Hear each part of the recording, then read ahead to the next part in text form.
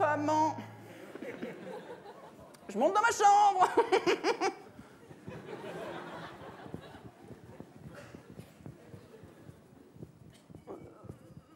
Ouais, j'habite une grande maison.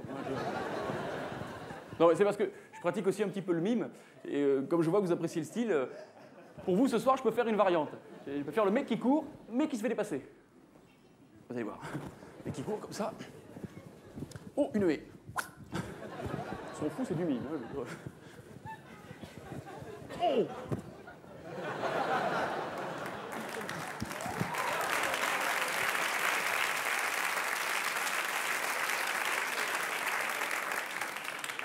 Que fait ce luminaire dans mon salon?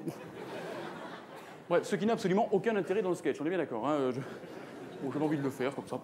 Bref, donc j'arrive comme ça devant la porte de ma chambre, j'ouvre la porte, et là, qu'est-ce que je vois vautrer sur le lit? Le mec qui venait de me dépasser. C'est n'importe quoi ce que je dis. Hein, Parce que je vois au premier rang, il mouline depuis tout à l'heure. Non, c'est des... Non, il n'y avait personne, je vous rassure.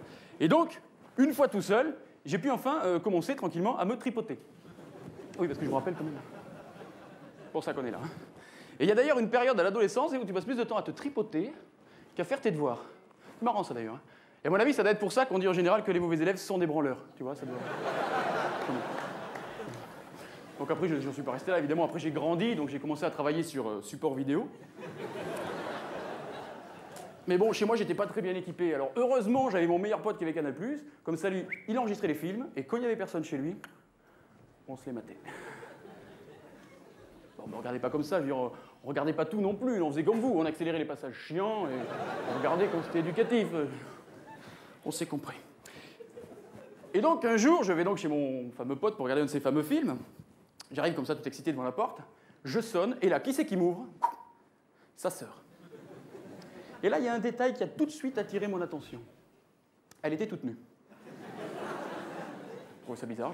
Enfin, quand je dis toute nue, c'est pas tout à fait vrai, non. Elle n'était qu'à demi-nue, puisque par pudeur, sans doute, elle avait quand même gardé sa culotte de cheval. Mais oui, mais moi, à l'époque, je savais pas que ça s'enlevait pas. Vous êtes drôle, vous. Attends. Je découvrais. C'était l'hiver, il faisait froid, je me suis dit, elle a fait les soldes. Je sais pas, tu vois. Ah bon. Toujours est-il qu'elle a commencé à me chauffer grave. Donc moi, je me suis dit, bon, écoute, c'est la chance de ta vie, la laisse pas filer. Donc bon, j'ai pas fait le difficile. Je l'ai suivie dans sa chambre à coucher. Et là, une fois à l'intérieur, elle me fait je te préviens tout de suite, je prends pas la pilule. Ça tombait mal, je la prenais pas non plus. Donc elle me fait mais c'est pas grave, j'ai pensé à tout. J'ai un préservatif.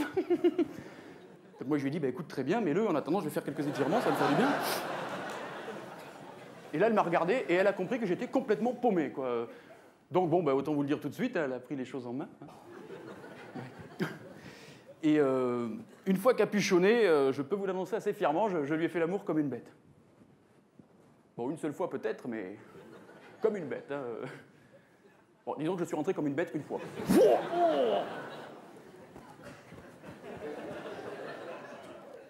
Et donc, un petit peu plus tard, elle a commencé à s'exciter, à me crier « Vas-y, fais-moi grimper au rideau !»